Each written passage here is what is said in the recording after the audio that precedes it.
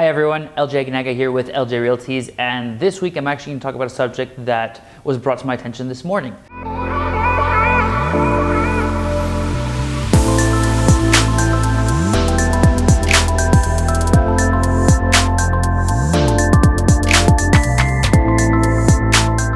So earlier today I went for a haircut and my barber says, "Hey LJ, I saw a couple of pieces of land in RDP. They're pretty inexpensive. What do you suggest I do? Should I buy one and build on it?"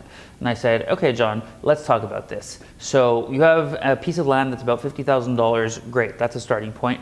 After that, we have to go through building costs. So we start talking about the building dimensions and the size, and I start quoting him on sort of construction costs along the way.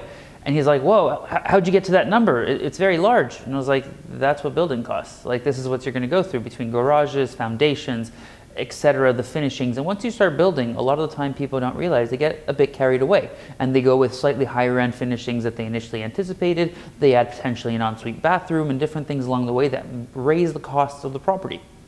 So when I showed him the figure, I said, "Jonathan, can you get a property that's pretty in line with what you're thinking at a lower price than this right now on the market?" He's like, "Yeah, probably."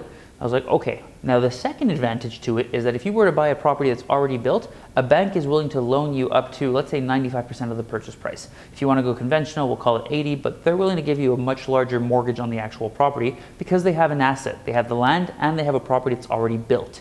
If you were to actually build it out on your own, you'd have to front a lot of the money because there are programs that banks offer for construction loans. However, you have to show that A, you have the liquidity to build it, and as you start progressing, they will start dispersing cash so that they basically are insuring or covering an asset that is being built. So you need to be a lot more cash heavy. Not everyone has that availability, so you have to keep that in mind.